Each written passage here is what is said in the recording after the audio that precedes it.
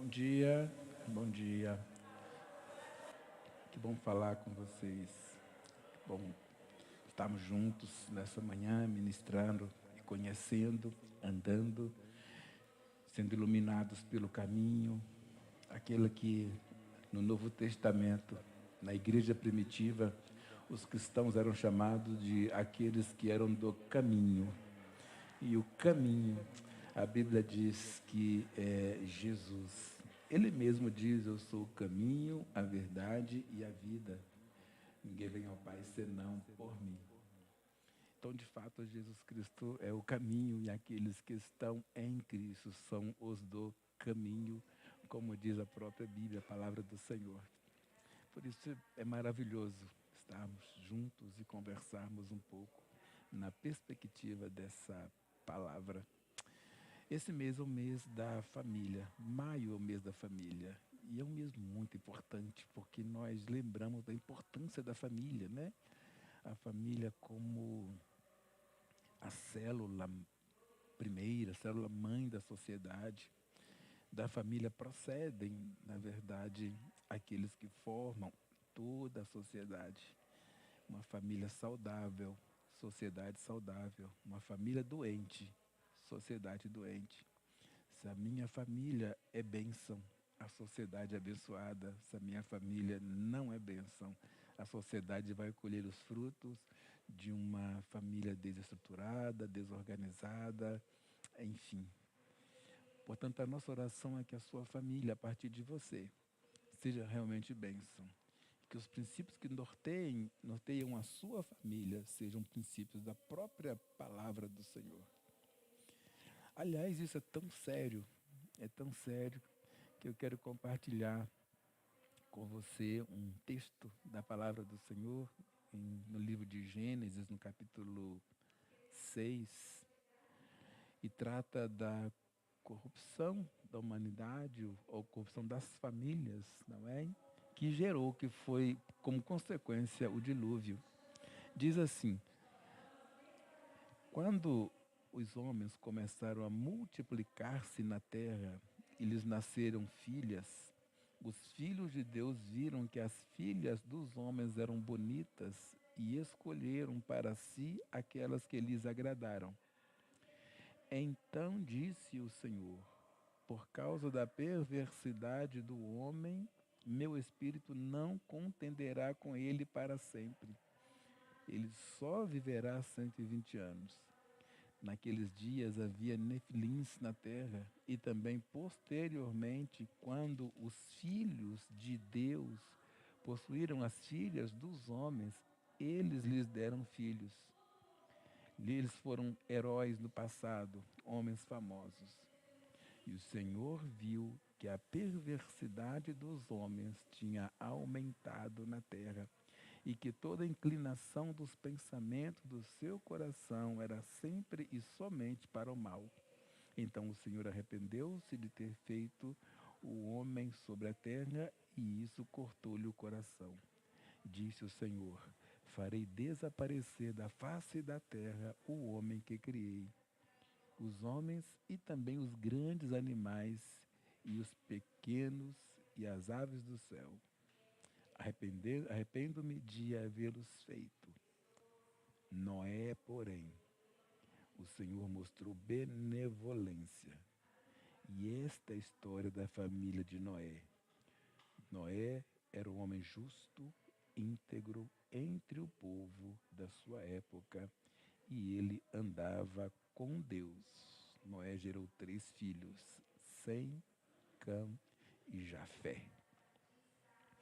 Esse texto da palavra nos faz lembrar a derrocada de uma sociedade, uma caminhada, na verdade, que poderíamos dizer que começou com o próprio pecado, né? Começou numa história, na verdade, com Adão, depois Caim, e é uma história de perversidade, de pecado na sociedade. O pecado vai tomando conta. E quando nós falamos pecado, nós não queremos chamar pecado aqui de algo necessariamente prático, ainda que o pecado seja prático, mas vamos chamar pecado de distância do Senhor. É quando Adão pecou e se distanciou do Senhor. É quando Caim pecou e foi expulso da terra e se distanciou do Senhor. E a distância do Senhor, ela sempre traz perspectivas de desgraça muito ruim. Ruim para a minha vida, para a nossa vida, ruim para a sociedade. A distância do Senhor, na verdade, é a distância de princípios santos. É a distância de princípios que são bons, que são corretos. É quando nós nos distanciamos do Senhor que nós escolhemos, na verdade, os caminhos que nos atrapalham e que atrapalham a sociedade. Daí a violência, daí o ódio, daí a amargura, daí o orgulho, daí o ciúme, daí a inveja, daí uma série de outros sentimentos que são plantados e que vão trazendo uma destruição geral. E é nessa perspectiva em que o mundo vai se tornando tão ruim que a Bíblia fala sobre essa família que vem achando graça diante de Deus. Nós começamos com Enoque, né? Ainda que a genealogia de Adão vem trazendo, mas quero lembrar de Enoque, um homem que a Bíblia diz que andou com Deus e por isso não se achou mais, porquanto Deus o tomou para si. Enoque não morreu, mas ele foi trasladado, ou seja, ele era um homem tão santo que Deus o tomou e o levou. E nós lembramos de Matusalém, que filho de Enoque, vem aqui a herança que é colocada, e Matusalém foi o homem que mais viveu na face da terra, cerca de 930 anos. E ele gerou filhos e filhas, mas está aqui na galeria como aquele que andou com Deus, que faz parte dessa família santa. Depois ele gerou Jared, e Jared, como descendência de Enoque e descendência de Matusalém, ele continua essa perspectiva de uma família santa, de que andava com Deus, em meio a toda a corrupção do mundo. E é nesse contexto todo que nós lemos o texto que diz que então os filhos de Deus viram que as filhas dos homens eram bonitas e foram se casando com essas meninas. Ou seja, o que a Bíblia está dizendo aqui é sobre o perigo de nós não olharmos bem com quem nós casamos, com quem nós constituímos família e com que perspectiva que nós constituímos família. O perigo de escolher marido ou esposa que vão nos afastar do Senhor, que vão nos afastar, na verdade, de uma perspectiva de vida santificada. Esposas ou maridos que têm princípios diferentes, princípios que não nos aproximam de Deus. E é bem prático a gente olhar para a história de alguém e ver se ela tem uma história de fé, que vai ser bênção ou não sobre sua vida. Então a palavra está lembrando para a gente aqui que constituir família é algo sério, né? Que constituir família é algo importante. Aliás, nessa semana eu estava lembrando e lendo alguma coisa a respeito e me veio uma compreensão, uma palavra que me veio ao coração que é muito importante. É que quando há o divórcio na nossa casa, quando há a separação, nós precisamos estar lembrando que o divórcio, claro, ele vem como no bojo de um casamento que aconteceu. E que os pais, nós somos responsáveis até mesmo por orientar os nossos filhos a casar, a como casar, a com quem casar, a observar, na verdade, não é? Como casar, com quem casar, porque constituir família é algo tão sério e muito sério. E que na hora do casamento, talvez os noivos ficam muito felizes, muito animados, muito prontos, promessas são feitas, palavras são lançadas, festa é feita porque é uma alegria só, não é mesmo, dos noivos. Eles decidiram, eles escolheram com quem casar, eles escolheram seu marido e sua esposa. Então eles estão felizes. Mas na hora do divórcio, todos sofrem. Não sofre só o marido, não sofre só a esposa. Na hora do divórcio, sofre pai, sofre mãe, sofre sogro, sofre sogra, sofrem filhos. Na hora do divórcio, a destruição, ela não alcança só aquele casal, mas toda uma família sofre. Por isso é muito sério. É muito importante constituir família e saber, na verdade, com quem estamos constituindo família. Meu conselho: escolha para você um marido ou uma esposa que tem compromisso com a verdade, que sejam pessoas comprometidas com Deus. Não troque a sua vida, que pode ser construir um lar, com alguém que vai levar você para um lugar de choro e de sofrimento do seu casamento. De preferência, analise bem com quem você vai casar, porque disso vai depender não só a sua felicidade, mas também a paz de toda a sua casa. Em nome de Jesus. Mas quero voltar para o texto aqui. A palavra está dizendo então que eles casaram com filhos e com filhas de povos que não eram daquela família, né? Ou seja, da caminhada ali da santidade na palavra de Deus. E com isso o mundo foi se tornando cada dia mais corrupto.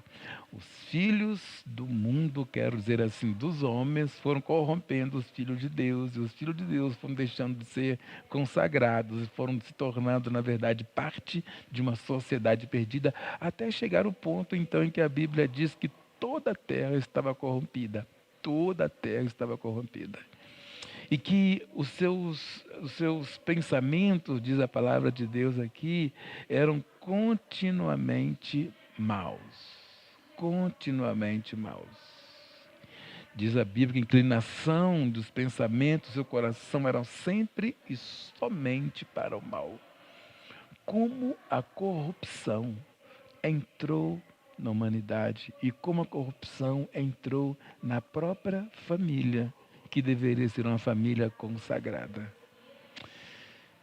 Então a Bíblia diz que traz os princípios sobre uma família consagrada. A palavra de Deus diz que Noé achou graça aos olhos do Senhor.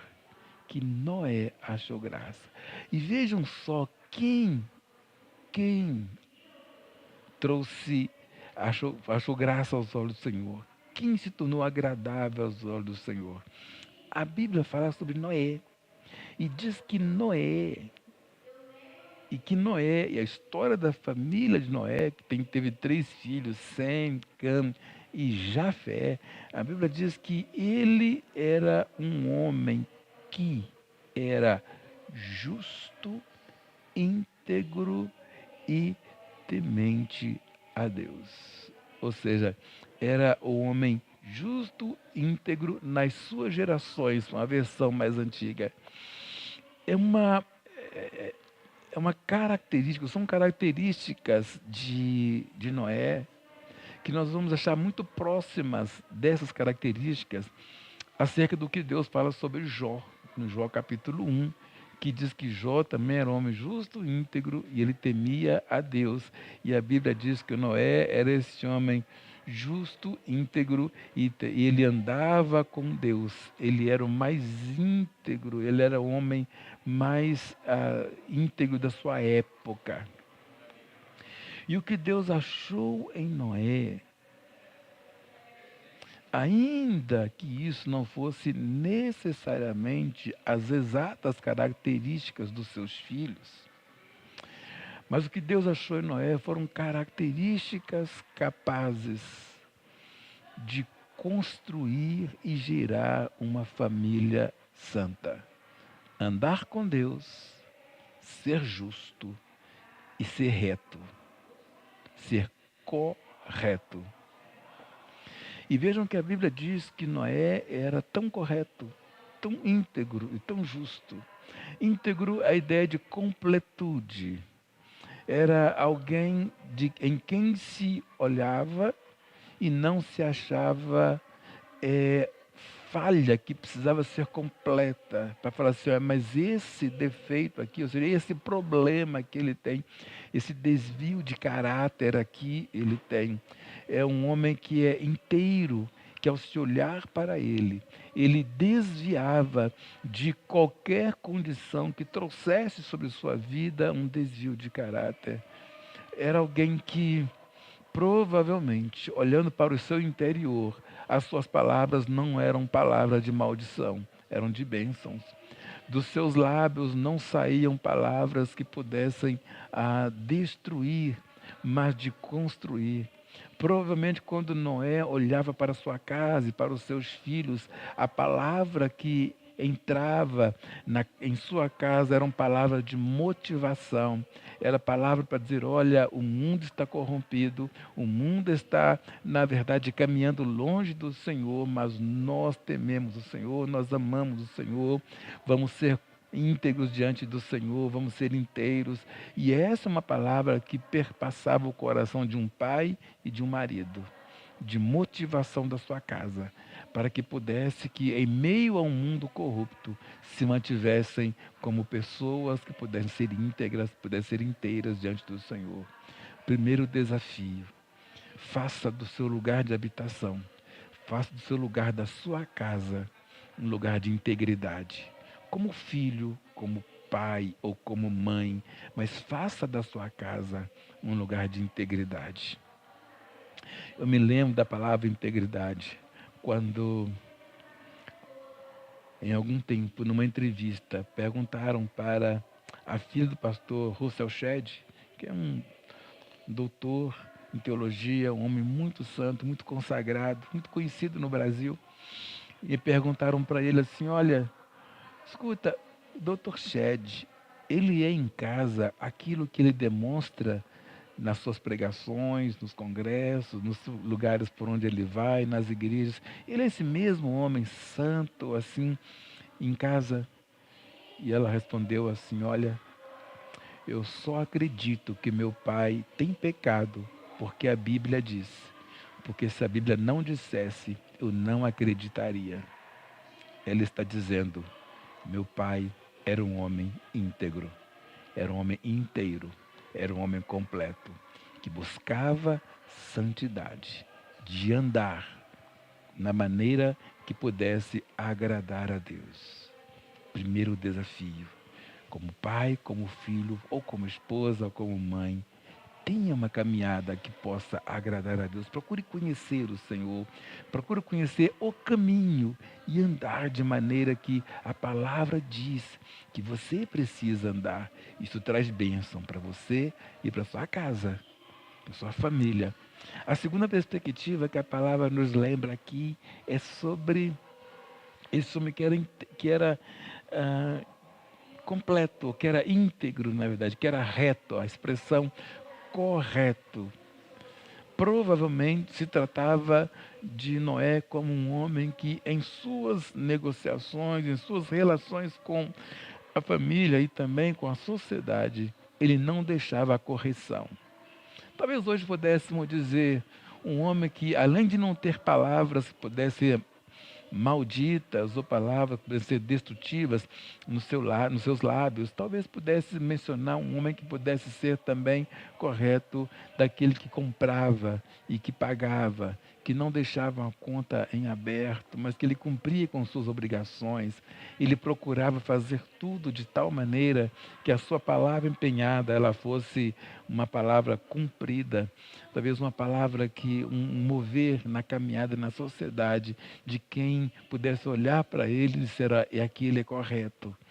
Ele compra e ele paga. Ele não destrata e não destrói a vida de ninguém. Ele não maltrata, mas também não prejudica nenhuma pessoa. É um homem que procura ser correto em todas as suas relações. E a Bíblia diz que Noé era assim, justo, íntegro nas suas gerações. Ou seja, que na verdade ele era alguém que tinha tais características vindo de Enoque, vindo de Matusalém, vindo de Jared, que era o seu pai, e vindo de si mesmo. Ele havia aprendido ser reto, correto e ser justo com as suas gerações, com seus pais. E isso é muito importante em nossa caminhada, procurar ser correto. Ainda que pareça que estamos na contramão do mundo, ainda que pareça que estamos na contramão de uma sociedade corrupta e perversa, mas ser correto é a palavra de Deus para a nossa vida e traz bênção. Faz com que nossos filhos nos respeitem e sejamos respeitados, e sejam eles respeitados. Ser correto faz com que se tenha uma boa compreensão de respeito e de caminhada, onde a nossa palavra tenha valor ao que se diga. Segundo desafio, seja correto na sua vida, nas suas transações, nas suas negociações, nas suas tratativas. Seja correto em tudo que você faz. Tema ao Senhor e, por causa do temor do Senhor, procure ser correto em todas as coisas. E isso caracterizava a vida de Noé. A última característica mencionada, Noé era um homem que andava com Deus. Seu prazer era andar com Deus. Como suas gerações. O texto diz que, o versículo de número 10 diz, versículo 9, diz que Noé, ele era um homem que, dentro da sua época, era justo e íntegro, e ele andava com Deus. Ainda que as pessoas não andassem com Deus, ainda que as pessoas não temessem a Deus, ainda que as pessoas não se tornassem, na verdade, pessoas que tivessem alguma preocupação com a caminhada com Deus. O que é literalmente uma perspectiva da nossa sociedade hoje, de não se importar com Deus, de não temer a Deus, de não andar com Deus. Mas Noé andava com Deus. E olha, porque Noé era justo, era íntegro e andava com Deus, a Bíblia diz que ele salvou a sua família. Ele entrou por causa dele. Sua esposa, seus filhos entraram na arca, suas noras entraram na arca. O dilúvio veio, mas a sua casa foi preservada. Sua família foi preservada. Deus achou graças em um homem que era justo, que era íntegro e que andava, que eu temia, que andava com Deus, que eu adorava. Talvez essa lembrança nos faça entender que toda a sociedade perdeu naquela época. Acabou, foi destruída, mas quem andava com Deus foi preservado. Olha, querido, nós estamos chegando perto de um fim. Senso comum é que até mesmo a ciência diz que é um relógio do tempo que marca o fim do mundo e que nós nunca estivemos tão perto do fim do mundo. Isso a ciência diz, o relógio do tempo, dadas as circunstâncias que nós vivemos na face da terra, quanto agora. A Bíblia diz que o mundo virá ao fim, assim como houve o dilúvio. Mas também a Bíblia diz que aquele que anda com Deus, aquele que anda com Jesus Cristo Senhor e crê nele como seu Senhor e Salvador, consagra a sua casa, esse marcado pelo sangue do Cordeiro, pelo sangue do Salvador, de maneira que a destruição não vem.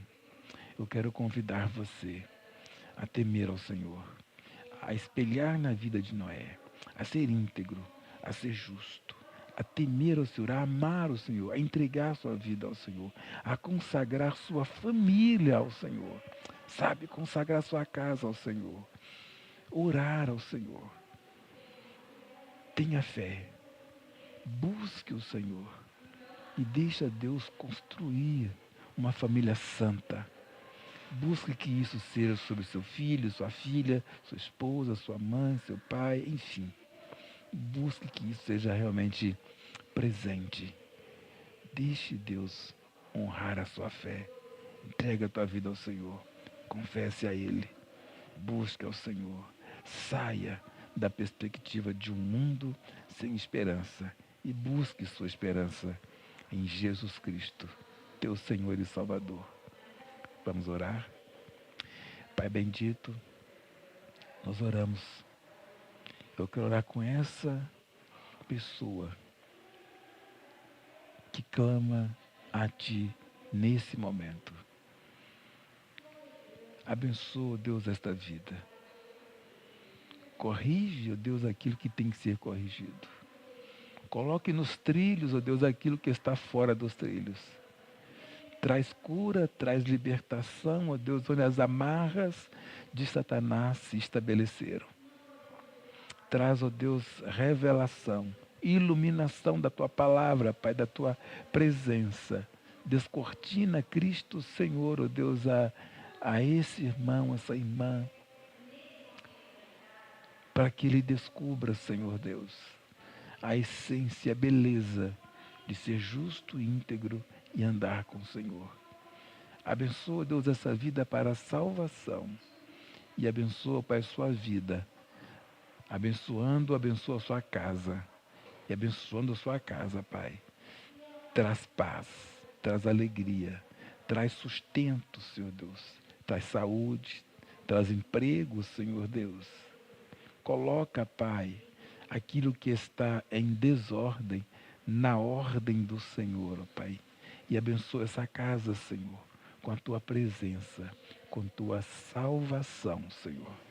Abençoa esta vida, abençoa, Senhor Deus, que haja um quebrantar, que haja, Deus, poder do Senhor, destruindo as trevas, que a fé desse que ora comigo, ó Pai, seja uma fé para a salvação, para a libertação, para a presença do Senhor. Que todo bem se instale, que todas as trevas sejam canceladas.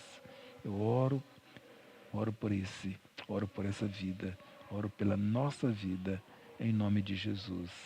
Amém. Amém. Amém. Deus abençoe sua vida, Deus te sustente. Anda com Deus e colhe os frutos da santidade, em nome de Jesus.